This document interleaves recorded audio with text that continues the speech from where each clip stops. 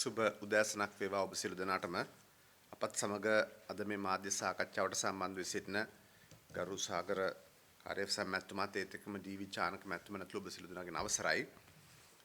ගරු සාගර කාර්යසම් මැතිතුමන් ප්‍රකාශ කරන කරුණු වලට අමතර වශයෙන් වර්තමානයේ ඇතිවෙමින් පවතින ගැඹුරු ආර්ථික අර්බුදය හමුවේ බලපෑමට ලක්වන සමාජ ස්තර කොටස් කිහිපයක් තිබෙනවා. ඒ අතරින් ප්‍රමුඛම කාණ්ඩ හැටියට අඩු ආදායම්ලාභී පිරිස්, ඒත් එක්කම පාසල් දරුවන්, ඒත් එක්කම ගොවියන් සහ මධ්‍ය සහ කුඩා පරිමාණ කර්මාන්තකරුවන් විශේෂයෙන් හඳුනාගෙන තිබෙනවා. ඒ නිසා අපේ ඉල්ලීම ශ්‍රී ලංකා පොදු පෙරමුණ හැටියට වර්තමාන ජනාධිපතිවරයා ප්‍රකාශ කරන පරිදි රුපියල් ට්‍රිලියනයකට අධික මුදලක් භාණ්ඩාගාරය සතු අතිරික්තයක් හැටියට පවතිනවා නම් ඒ මුදල ආයෝජනය කළා මේ අවස්ථාවේදී සහන ලබා දිය යුතු කණ්ඩායම් වලට සහන ලබා දෙන්නේ කියන කාරුණික සහ ගෞරවනීය ඉල්ලීම තමයි අපි රජයෙන් කරන්නේ මේ අවස්ථාවේදී. ඉතින් අපි යෝජනා මාලාවේ තවත් දිගුවක් හැටියට විශේෂයෙන්ම මේ ආර්ථික අර්බුදය හමුවේ විශේෂයෙන් පීඩාවට පත්වෙන කුඩා සහ ශුද්‍ර කුඩා සහ මධ්‍ය පරිමාණ කර්මාන්තකරුවන් වෙනුවෙන් සහන ලබා දෙන එක ඉල්ලීම කරනවා. ඒ යටතේ විශේෂයෙන්ම ඔවුන්ට වැඩ බදු සහනයක් ලබා දෙන්නට විශේෂයෙන්ම වර්තමාන ආණ්ඩු බලයට පත්වීමෙන් පසුව වැඩ බදු සඳහා බලපාන සීමාව ඔවුන් පහළට අරගෙන ආවා. රුපියල් පිරිවැටුම රුපියල් වාර්ෂික පිරිවැටුම රුපියල් මිලියන 36 දක්වා. ඒ කියන්නේ දෛනිකව රුපියල් ලක්ෂයක පිරිවැටුමක් තිබෙන සෑම කෙනෙක්ම මේ වැඩ සඳහා වැඩ අරමුදල් ගෙවීම සඳහා දායකත්වය ලබා දිය යුතුයි. මේක කුඩා සහ මධ්‍ය පරිමාණ කර්මාන්තකරුවන්ට විශාල ගැටලුවක් වෙලා තිනවා. ඊටාම් පැහැදිලි. ඒ නිසා අපි ඉල්ලීමක් කරනවා වර්තමාන රජයෙන් තාවකාලිකව හෝ මේ වැඩබදු සීමාව තෝරාගත් කුඩා සහ මධ්‍ය පරිමාණ ව්‍යවසායකින් වෙනුවෙන් වැඩබදු සීමාව පෙර පරිදි වාර්ෂික පිරිවැටුම රුපියල්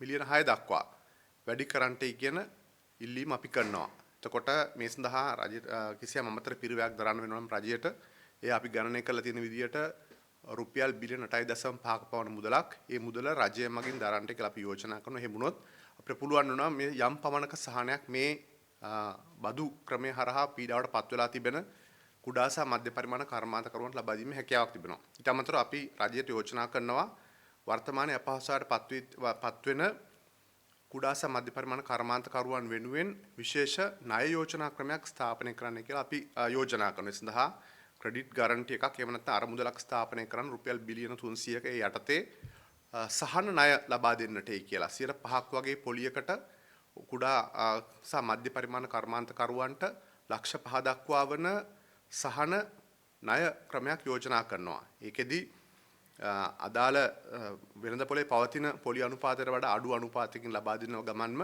එහි පාඩුවක් වෙනවනම් ඒක රජය මගින් දරන්න කියලා ඉල්ලීමක් කරනවා. ඒ වගේම තමයි විශේෂයෙන්ම මේ ණය සඳහා සහන කාලයක් ලබා දෙන්න. ඒත් එක්කම තමයි වර්තමානයේ පරාතේ නීතිය ක්‍රියාත්මක කළ පසුගිය ආර්ථික අර්බුදය හමුවේත් විශාල ඉල්ලීමක් මතු වුණා. මේ දේපල රාජසන්ත කරන බැංකු මගින් කටයුතු කිරීම නිසා කුඩා සහ මධ්‍ය පරිමාණ වගේම විශාල කර්මාන්තකරුවනුත් විශාල අපහසුතාවයකට පත් වුණා. ඒ නිසා අපි ඉල්ලීමක් කරනවා මේ ණය යෝජනා ක්‍රමයේ ක්‍රියාත්මක කරනවා වගේම පරාතේ නීතිය ක්‍රියාත්මක කිරීම නතර කරන්න.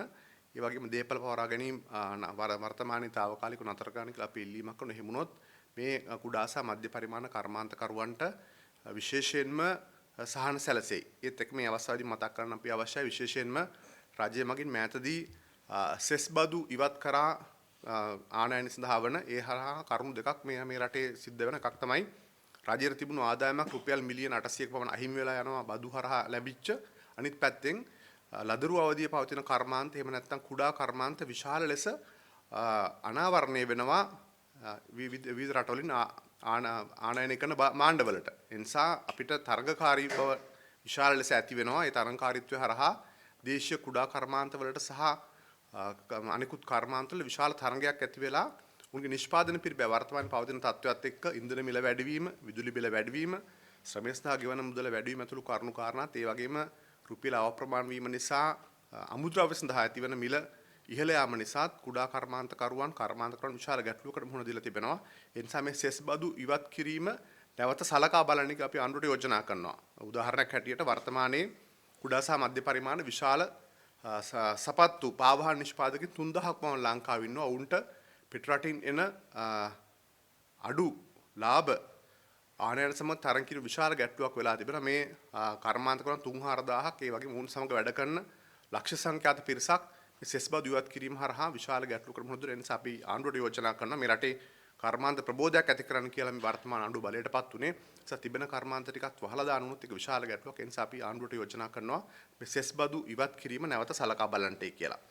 දෙවැනි කාරණය තමයි අපි වර්තමානයේ ග්‍රාමීය මට්ටමින් සහ පාසල් වලින් අපිට විශාල ලෙස දැක ගන්න ලැබෙනවා අහන්න ලැබෙනවා निराहाරව පාසල් පැමිණෙන දරුවන් එහෙම නැත්නම් ඊට පස්සේ කුසගින්නේ පැමිණෙන දරුවන් ආහාර ප්‍රමාණය මදිව පාසලට පැමිණෙන දරුවන්ගේ ප්‍රමාණය ක්‍රමානුකූලව ඉහළ යන බවට පාසල් පද්ධතියෙන් වාර්තා වෙනවා. ඒ නිසා මේ පසුගිය වසරේ 2025 වසරේදී පෞල් සෞඛ්‍ය කාර්යාංශය නිකුත් කළ නිවේදනයන්ට අනුව මේ රටේ වයස 5ට අඩු දරුවන් අතරින් 10.1ක් මිටි බවෙන් පෙළෙන බවත් 8.6ක් කෘෂ බවින් පෙළෙන බවත් ඒ වගේම උසර සරලන බරණොමැති කමින් 16.1ක දරුවන් පිරිසක් පෙළෙන බවත් වාර්තා වෙලා තිබෙනවා. ඒ නිසා ලංකාවේ පසුගිය ආණ්ඩු රජයන් සෑම රජයක්ම දරුවන් ලක්ෂ 15ක් 18ක් අතර පිරිසකට දිවාහාර ලබා දෙන්නට කටයුතු සිදු කරලා තිබුණා. අපි යෝජනා කරන වර්තමාන ආණ්ඩුවට මේ දිවාහාරය සඳහා වර්තමානයේදී වැය කරන්නේ දරුවෙකුට රුපියල් 100ක වගේ මුදලක්. ඒ මුදල රුපියල් 300 දක්වා වැඩි කරන එක අපි යෝජනා කරනවා. පරිපූර්ණ ආහාර වේලක් සමබල ආහාර වේලක් ලබා දෙන්නට දරුවන්ට මේ ලක්ෂ 15ක් 18ක් වන දරුවන් පිරිසකට පාසල් යන ඒ ආහාර වේල ලබා දෙන්නට දරන මුදල වැඩි කරන එක ඉල්ලීමක් කරන එක අනාගත පරපුරෙන් කරන ආයෝජනයක්. ඒක රුපියල් 200කින් වැඩි කිරීමෙන් අපි විශ්වාස කරනවා ආසන්න වශයෙන් රුපියල් බිලියන 30ක පවන මුදලක් තමයි ආණ්ඩුවට දරන්න වෙන්නේ. එහෙම මේ මුදල ලබා දුන්නොත් වර්තමානයේ පාසල් යන දරුවන්ට ඒක විශාල සහනයක් වේ. වගේම දෙමව්පියන්ටත් මේ දරුවන්ගේ තත්වය සෞඛ්‍ය මට්ටම ඉහළ නංවා ගන්නට ඒක උපකාරයක් වෙයි කියලා අපි යෝජනා කරන නිසා අපි යෝජනා කරන්නේ අමතර රුපියල් බිලියන 30ක පිරිවැය ආණ්ඩුව මගින් දරන්නේ කියලාත් අපි යෝජනා කරනවා. ඊට අමතරව අපි යෝජනා කරනවා වර්තමානයේ මේ ආණ්ඩුව බලයට පත් වෙනකොට ආපු ප්‍රධාන කාරණයක් තමයි අධ්‍යාපන උපකරණ වලට මුද්‍රිත පොත්වලට ඒ වගේම සමහර සෞඛ්‍ය සේවාවන්ට ඒත් එක්කම අගයකතු කළ ආහාර ද්‍රව්‍ය වලට වැට් බදු ඉවත් කරනවා කියලා ආණ්ඩුව පුන ප්‍රකාශ කළා. ඒ නිසා අපි ආණ්ඩුවට වර්තමාන යෝජනා කරන වර්තමාන තිබෙන තත්ත්වයන් එක්ක මේ වැට් බදු හරහා ඇතිවෙන ගැටලුවෙන් පාසල් පොත් සමහර පාසල් උපකරණ සමහර තෝරාගත් වෛද්‍ය සේවා සහ ඒත් එක්කම අගයකතු කළ ආහාර ද්‍රව්‍යයන්ට එකතු කරන වැට් බදු නැති කරලා බිඳුව දක්වා අඩු කරන්න කියලා අපි යෝජනා කරනවා. එහෙම කළොත් ඒ හරහා දරුවන්ටත් ලංකාවේ ජනතාවටත් සහනයක් ඇති මේ යෝජනා ක්‍රියාත්මක කරන්න රජයේ සතුව මූල්‍යණය තියෙනවා බොහොම පැහැදිලිව පේන නිසා මේ වර්තමාන ආර්ථික අර්බුද තවත් උඩු දුවන්න කලින් ගැඹුරටපත් වෙන්න කලින් කල් ඇතිව මේ පිළියම් යොදලා ජනතාව ආරක්ෂා කරන්න කටයුතු කරන්න කියලා ඉල්ලීමක් කරනවා. බොහොම ස්තුතියි. මම ඊටාම ගෞරවයෙන් ආරාධනය කරනවා අපේ ඩී.වී. චානක මැතිතුමාට.